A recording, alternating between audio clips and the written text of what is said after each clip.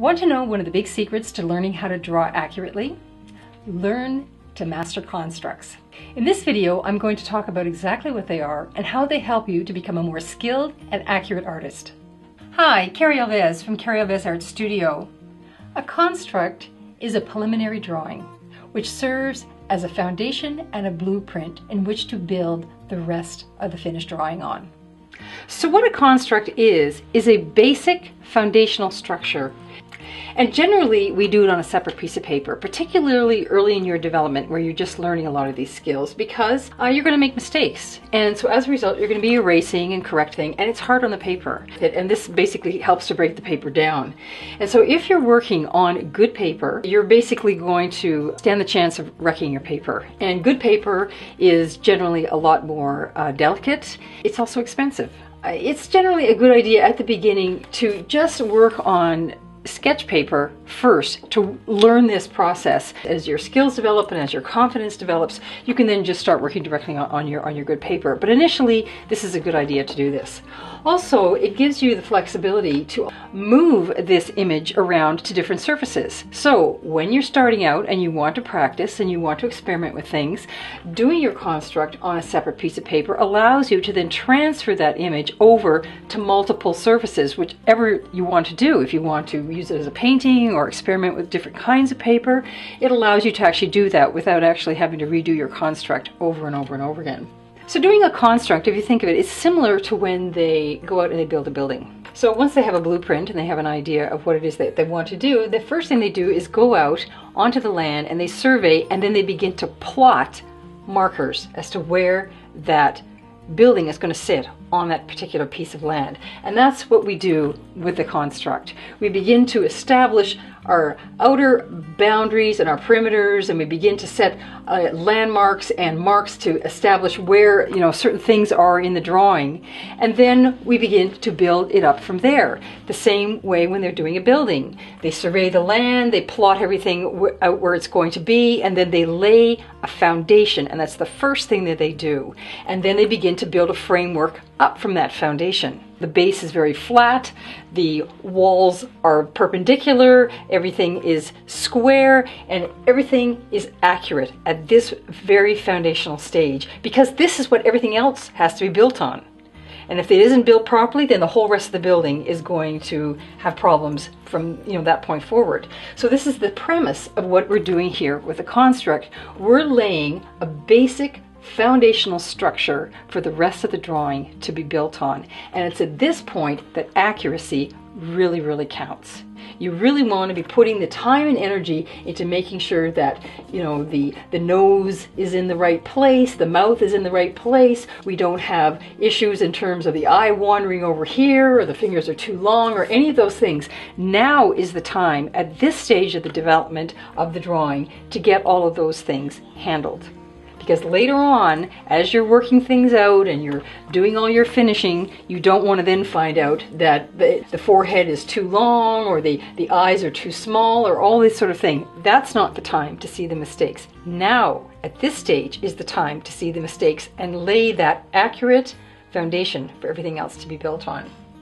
And I see this all the time with new students, especially really enthusiastic ones, the ones that try really hard and do a lot of work. Quite often what they'll do is they'll come in every week and they'll be introduced to this kind of concept, and then they'll run home and they'll finish the drawing. And then they come back the next week with a whole finished drawing. But the problem with that is that they haven't sort of learned this foundational lesson first, and so they just rush ahead and they do all these mistakes that they had from before, and they're not really learning these foundational and fundamental lessons. And so they keep repeating the same mistakes over and over and over again, week after week, drawing after drawing, and it gets frustrating for them. It gets frustrating for them, it gets frustrating for me. So one of the things I tell new students is that the best thing that you can do is actually to keep doing constructs, to really learn these foundational and fundamental skills of seeing accurate proportions, angles, shapes, and values. And constructs will really, really teach you that skill set, which is so critical to your entire development as a visual artist working in this realism genre. It is far better for you to come back every week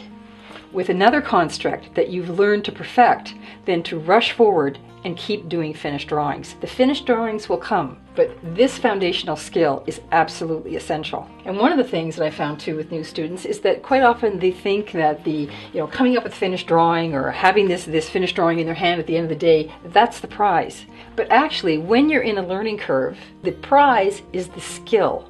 So if you have to go back and do things over and over and over again in order to master that skill, that's where your energy really needs to go. So the benefits of constructs, particularly for new artists who are learning their visual skills, is really what they teach you is how to see angles, proportions, shapes, and values. These are critical skills. This is really developing the artist's eye. And constructs are really going to teach you that skill set. And those particular skills are foundational and fundamental to moving forward, no matter what specific tangent you end up going off on, whether you take it into oil painting, watercolor, whatever medium you choose to do. Having those foundational skills are critical and universal. So this is why I'm saying the skill is the prize. So we start this process by going from the big proportions to the smaller proportions. So we establish how tall the head is, we establish how wide the face is, we establish from here and there, and then from here to there, and then we begin to break down angles and smaller shapes inside of there, but we work from sort of the broad to the specific as we're going into that. And we're interested in accurate angles, accurate sizes, and accurate shapes. You'll see that I'm not really caught up in here, even though there is a set of eyes, nose, and a mouth, and there's fingers and all this sort of thing. You'll notice that they aren't drawn as a kind of a universal sort of symbol of those features. They're very specific to this particular image, and they're made up of a series of shapes. And you'll notice I'm not interested in any details. I don't have little eyelashes and all the details of the eye, and I'm not interested in shading here or any blending back and forth. I'm only interested in the basic foundational characteristics of this image at this particular stage in a construct. I want to keep it simple, accurate, very graphical, and architectural. And what I mean by architectural is that you'll notice how all of my shapes, they tend to be very square-ish. They're sort of broken down into very angular kind of lines. So I'm not interested in sort of subtle nuances at this stage. I'm interested in a very easy to follow, easy to transfer graphical image. What we also want to do is break our image down into the dark and the light shapes. And those light and dark shapes are created by the light moving across the surface of the face and then reacting to the different shapes that are in fact on the face. And this is what we're trying to capture, the individual shapes of each one of those areas.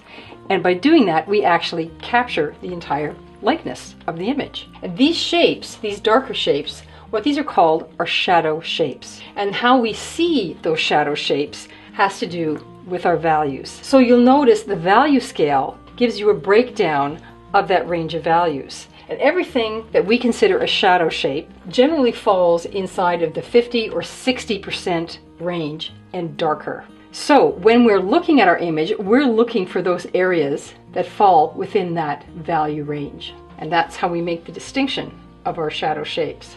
We're not interested in the mid-range, the 50 to 30% range. So even though here we can see there's some values in the forehead area and on the cheek area and all this sort of thing, we don't want to include those in our shadow range because we don't want to create dark lines in those areas. We reserve the midtones basically for our transitions into our lights. So all we're going to really be worried about is making that distinction of our darks and turning those into our shadow shapes. And at this stage of the drawing, we want to keep things very simple and graphical because when we transfer this image over to another surface, another piece of paper, we need that simplicity and ease of being able to replicate these shapes in order to successfully do that.